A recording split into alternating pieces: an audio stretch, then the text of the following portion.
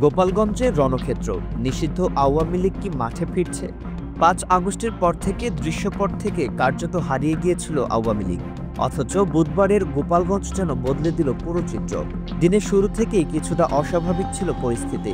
শহরের গুরুত্বপূর্ণ মোড়গুলিতে ছিল অতিরিক্ত নজরদারি। অদ্ভুত নীরবতা ছড়িয়েছিল পুরো এলাকা জুড়ে, যেন কিছু একটা ঘটতে চলেছে, আর সেটাই হলো। বেলা বাড়ার সঙ্গে সঙ্গে রীতিমতো যুদ্ধক্ষেত্রে রূপ নেয় গোপালগঞ্জ। পুলিশ, ইউনোর গাড়ি, এমনকি স্থানীয় প্রশাসনের ব্যবহৃত যানবাহনেও হামলা চালানো হয়। সশস্ত্র অবস্থায় মাঠে নামে নিষিদ্ধ ঘোষিত আওয়ামী লীগ ও তাদের অঙ্গ সংগঠনের নেতাকর্মীরা।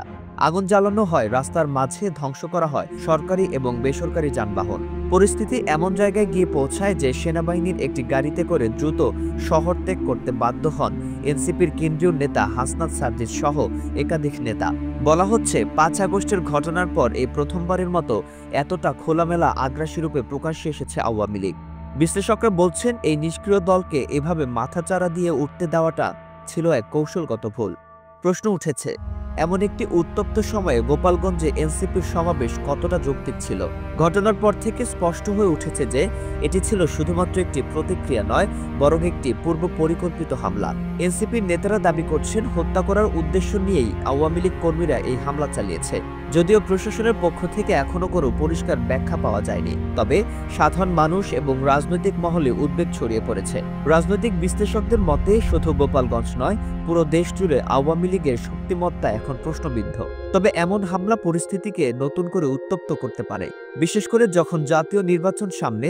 তখন এই ধরনের ঘটনার পেছনে বড় কিছুর ইঙ্গিত খুঁজছেন অনেকে। বড় প্রশ্ন হলো, এই মুহূর্তে দেশে নির্বাচন আদৌ হবে তো?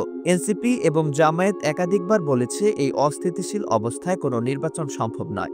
আর গোপালগঞ্জের ঘটনার পর তাদের সেই বক্তব্য যেন আরো বেশি গ্রহণযোগ্যতা পাচ্ছে জনমনে।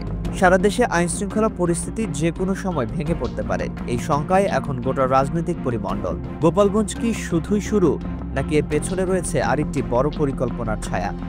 উত্তর সময় দেবে। তবে একথা নিশ্চিত, বাংলাদেশ এখন এক অজানা দ্বিধার মুখোমুখি।